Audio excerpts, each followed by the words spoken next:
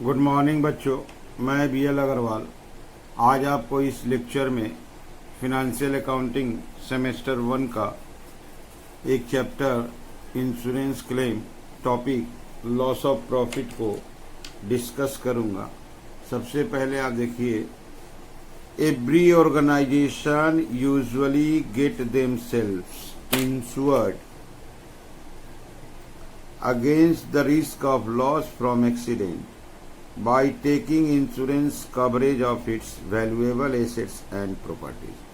कोई भी business organisation जिसके पास वैल्यूएबल एसेट्स एंड प्रॉपर्टीज है, like that cash, stock, building, machinery etcetera, तो कोई भी ऑर्गेनाइजेशन जिनके पास वैल्यूएबल एसेट्स एंड प्रॉपर्टीज है, ऑलवेज उनके पास एक रिस्क रहता है कि ये जो एसेट्स है डैमेज हो सकता है ड्यू टू एक्सीडेंट। ठीक है, तो इससे बचने के लिए वो लोग इंश्योरेंस कवरेज, इंश्योरेंस करा लेता है, इंश्योरेंस कवरेज ले लेता है, जिससे कि अगर उस प्रॉपर्टी का लॉस हो तो इंश्योरेंस कंपनी डैमेज को पे करेगा। ठीक है, तो इंश्योरेंस हुआ एक रिस्क कवरेज।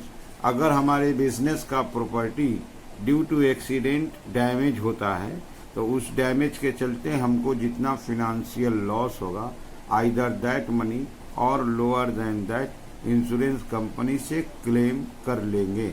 इसके लिए कोई भी बिजनेस ऑर्गेनाइजेशन इंश्योरेंस कवरेज लेता है। एक दूसरा पॉलिसी है, देखिए, in addition there is another type of policy which insures that the profit which such organisation fails to earn. Suppose हमारे ऑर्गेनाइजेशन में अगर डैमेज होता है, फायर होता है, फायर से मेरा स्टॉक एंड गोडाउन, या बोल सकते हो आप आउटलेट डिस्टर्ब हो गया, डिसलोकेट हो गया, डैमेज हो गया है, तो फायर के बाद बिजनेस को वापस रीऑर्गेनाइज करने में कुछ समय लग जाएगा, that may be 3, 5, 6 month. During that period हम लोग अपना प्रॉफिट अर्न कर नहीं पाएंगे, fails to earn during that period, माने आफ्टर एक्सीडेंट बिजनेस को रीऑर्गेनाइज करने में कुछ टाइम लग जाएगा, तो ड्यूरिंग दैट पीरियड बिजनेस अपना प्रॉफिट अर्न नहीं कर पाएगा। तो यहीं देखिए लिखा है, during this post accident period as a result of disturbance. Clear?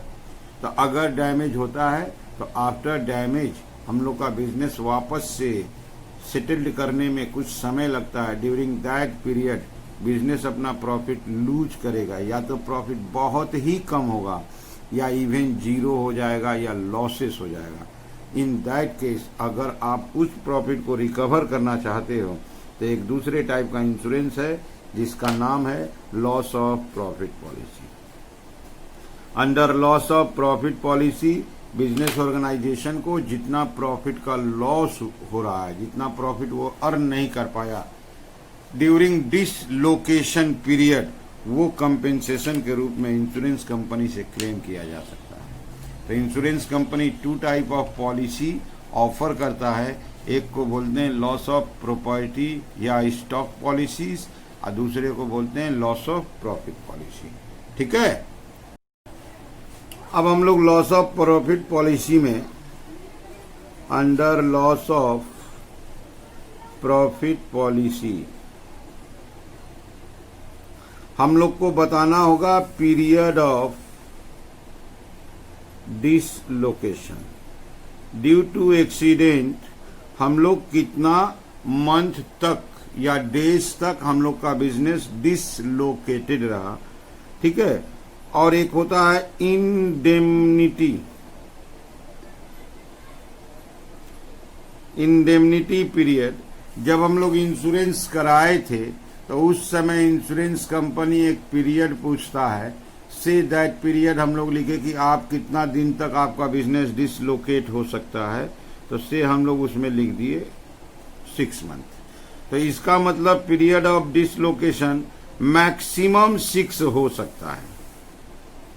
अगर हम लोग का डिसलोकेशन 4 है, से 3 है तो चलेगा, मैक्सिमम कितना होगा? 6 होगा, 6 से ज्यादा नहीं होगा। ड्यूरिंग डिसलोकेशन पीरियड हम लोगों का प्रॉफिट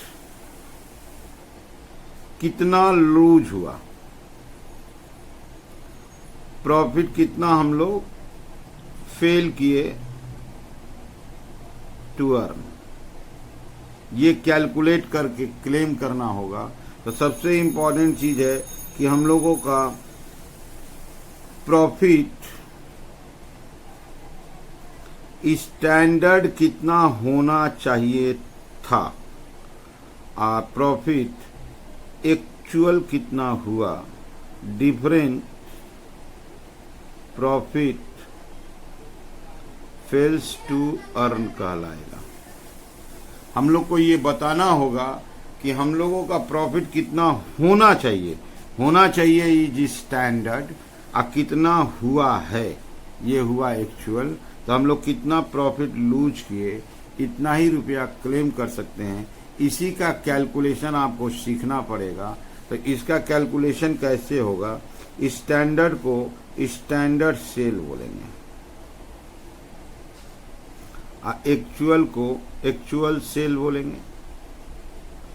तो स्टैंडर्ड सेल और एक्चुअल सेल को माइनस करेंगे तो इसको बोला जाएगा शॉर्ट सेल, ठीक है। लॉस ऑफ प्रॉफिट कैसे कैलकुलेट हो जाएगा, short cell into rate of GP, तो आराम से लॉस ऑफ प्रॉफिट आ जाएगा। ऐसे करके इंश्योरेंस कंपनी को अगर क्लेम करना है तो इंश्योरेंस कंपनी को बताना पड़ेगा कि हम लोग का डिसलोकेशन पीरियड कितना था, इंडेमनिटी पीरियड कितना था। अगर अपना डिसलोकेशन पीरियड इंडेमनिटी पीरियड से लोअर है तो ठीक है, अगर हायर है तो हमको इंडेमनिटी पीरियड तक का ही कैलकुलेशन करना पड़ेगा। उसको बताना होगा हम लोग का कितना प्रॉफिट का नुकसान हुआ है, that is loss of profit बताना होगा। और लॉस ऑफ प्रॉफिट निकालने के लिए आपको स्टैंडर्ड सेल चाहिए, एक्चुअल सेल से डिफरेंस कराएंगे, ये हो जाएगा short cell rate of GP. चलिए इसका फॉर्मेट लिखते हैं, कैसे इसको कैलकुलेट किया जाता है, ठीक है। सबसे पहले हम लोग को ये सीखना होगा कि क्लेम के लिए क्या क्या स्टेप फॉलो करना है। सबसे पहले हम लोग के हिसाब से स्टेप नंबर 1, हम लोग को स्टेप 1 में क्या करना है, रेट ऑफ ग्रॉस प्रॉफिट चाहिए।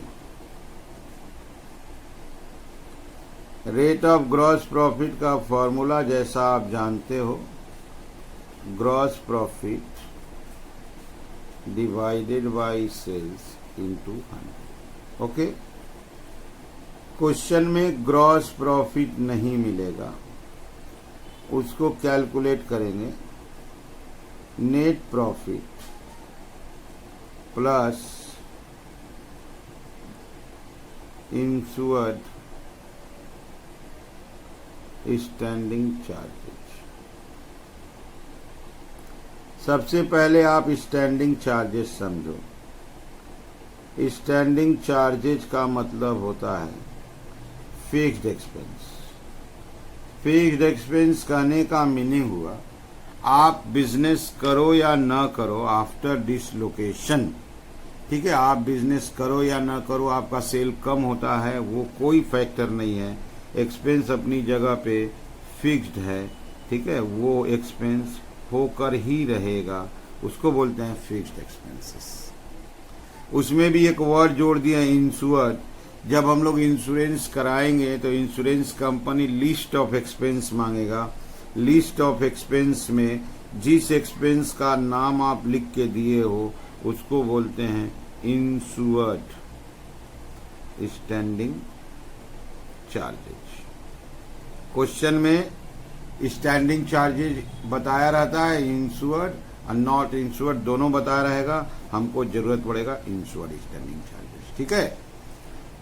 तो सबसे पहले ग्रॉस प्रॉफिट निकालेंगे, net profit plus insured standing charges. इसके बाद यहां आइए सेल्स।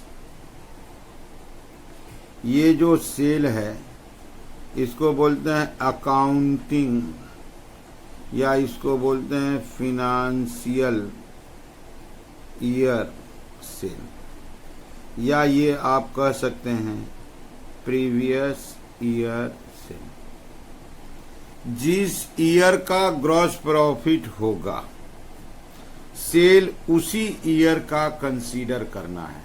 तो जनरली फायर हुआ 2020 में, तो ग्रॉस प्रॉफिट 19 का होगा, तो सेल भी 19 का होगा। इसीलिए उसका नाम है accounting year cell, financial year cell या प्रीवियस ईयर सेल। लिखने को हम लोग ओनली सेल लिखे हैं, लेकिन ऐसे सेल को अकाउंटिंग ईयर, फिनेंशियल ईयर या प्रीवियस ईयर सेल बोलते हैं। तो अपना स्टेप 1 हुआ रेट ऑफ ग्रॉस प्रॉफिट, ठीक है। अब चलते हैं स्टेप नंबर 2। स्टेप नंबर 2 में हम लोग शॉर्ट सेल कंप्यूट करेंगे। Statement of short cell. सबसे पहले स्टैंडर्ड टर्नओवर, इसमें ट्रेंड दिया रहता है, जनरली इंक्रीजिंग ट्रेंड होता है, प्लस कर दिए माइनस एक्चुअल टर्नओवर। ये हो गया शॉर्ट सेल। आपको यहां जानना है पहले एक्चुअल टर्नओवर क्या होगा। एक्चुअल टर्नओवर कहने का मतलब sale of dislocated period after fire. अगर हम लोग का बिजनेस 4 मंथ डिस्टर्ब था, तो ड्यूरिंग दैट पीरियड जो सेल हुआ उसको एक्चुअल टर्नओवर बोलेंगे। से फायर हुआ था 1 जुलाई 19 और डिसलोकेशन गया था आपका सपोज 1 दिसंबर 19 तक। तो इसका मतलब डिसलोकेशन हुआ जुलाई, अगस्त, सितंबर, अक्टूबर। ये 4 महीना हम लोग का बिजनेस डिसलोकेटेड रहा इन द ईयर 19 में। ओके, तो इस 4 मंथ का जो टर्नओवर होगा उसको एक्चुअल टर्नओवर बोलेंगे। अब यहां आता है स्टैंडर्ड टर्नओवर। सेल ऑफ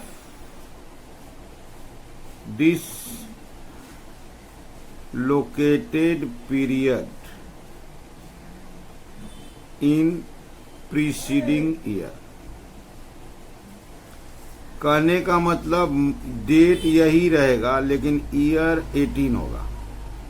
यहां से 1/12/18 तक आप देखिए मंथ वही है, जुलाई है, अगस्त है, सितंबर और अक्टूबर है। मंथ वही है लेकिन ईयर देखिए आप, ईयर होगा 18। तो कहने का मतलब फायर के बाद हम लोग 19 में 4 मंथ तक डिसलोकेट थे, जुलाई, अगस्त, सितंबर, अक्टूबर, और एक मंथ यहां होगा नवंबर। 5 महीना डिस्टर्ब थे, जुलाई से 30 नवंबर, जुलाई, अगस्त, सितंबर, अक्टूबर, नवंबर। अगर हम लोग 5 मंथ डिसलोकेटेड थे तो 2019 में जो सेल हुआ था उसको एक्चुअल सेल बोलेंगे। ईयर वही, मंथ वही, जुलाई, अगस्त, सितंबर, अक्टूबर, नवंबर 2019। ये चीज एक्चुअल है। मंथ वही है, देखिए ईयर है 18, तो इसको बोलते हैं स्टैंडर्ड। क्लियर है? स्टैंडर्ड और एक्चुअल को कैसे पहचानेंगे? डिसलोकेशन पीरियड के बाद एक्चुअल, अब मंथ वही, ईयर पुराना, तो वो हो जाएगा आपका स्टैंडर्ड। ओके, तो आप देखो यहां पे स्टैंडर्ड टर्नओवर है, उसमें से एक्चुअल बात देना है। ये है ट्रेंड। जनरली ट्रेंड अपवार्ड होता है जनरली, ट्रेंड जो रहेगा अपवार्ड रहेगा। ये अपवार्ड ट्रेंड क्वेश्चन में दिया रहता है इन परसेंटेज से, 10%, 20%, 15%। ये ट्रेंड क्या है? से 19 में डिसलोकेशन हुआ, 16 का सेल देखेंगे, 17 में जब आए तो सेल 10% के आसपास इंक्रीज हो गया। 17 से 18 में आए, अगेन 10% इंक्रीज हुआ। 18 से 19 आएंगे तो 10% इंक्रीज होना चाहिए। तो इसका मतलब हुआ कि हम लोग का बिजनेस 10% अपवार्ड जा रहा था, तो उसी को ट्रेंड बोलते हैं। क्वेश्चन में दिया रहता है तो स्टैंडर्ड टर्नओवर को 10% बढ़ा देंगे। ये हो गया हम लोग का स्टेप नंबर 2। इसके बाद आते हैं स्टेप नंबर 3।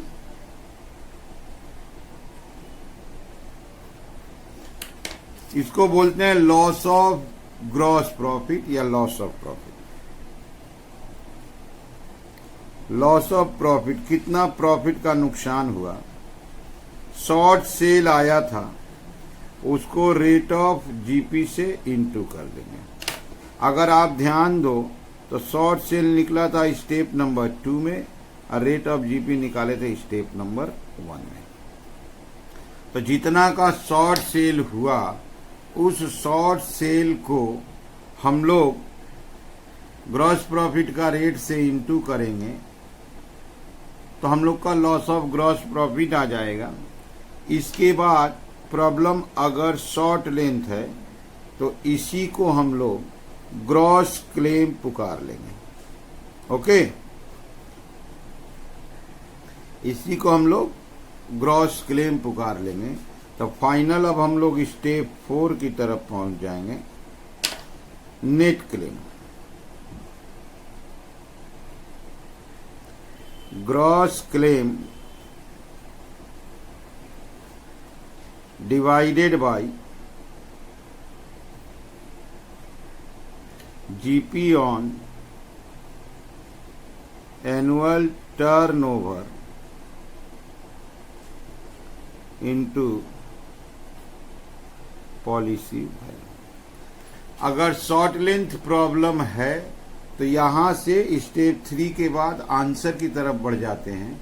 दैट इज, इसका नाम दे देते हैं ग्रॉस क्लेम और नेट क्लेम कैलकुलेट होगा gross claim divided by GP on annual turnover into policy value. यहां आपको जानना होगा एनुअल टर्नओवर किसको बोलेंगे। यहां देखिए, sale of a complete year and just before the date of fire. ठीक है, डेट ऑफ फायर हमारे एग्जाम्पल में था 1719। तो एनुअल टर्नओवर होगा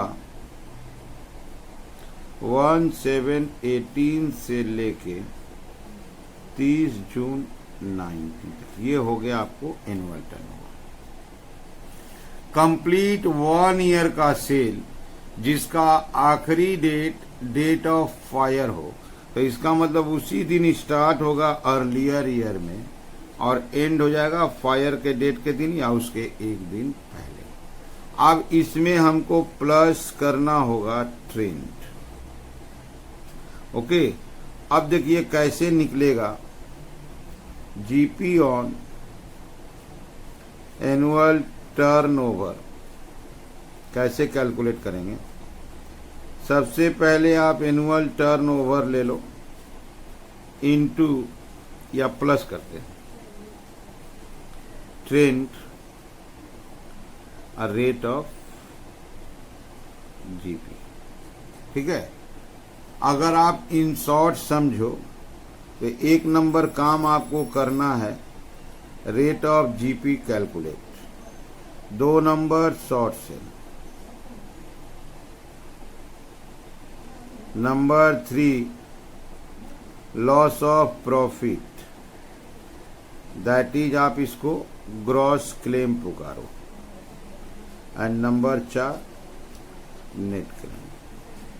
ठीक है, ये 4 वर्क करना है आपको। रेट ऑफ जीपी निकालना है, शॉर्ट सेल निकालना है, लॉस ऑफ प्रॉफिट बोलिए या ग्रॉस क्लेम बोलिए, और उसके बाद नेट क्लेम निकालना है। ये कैसे कैलकुलेट होगा इसका डिटेल स्टेप को आप ध्यान से देखिए।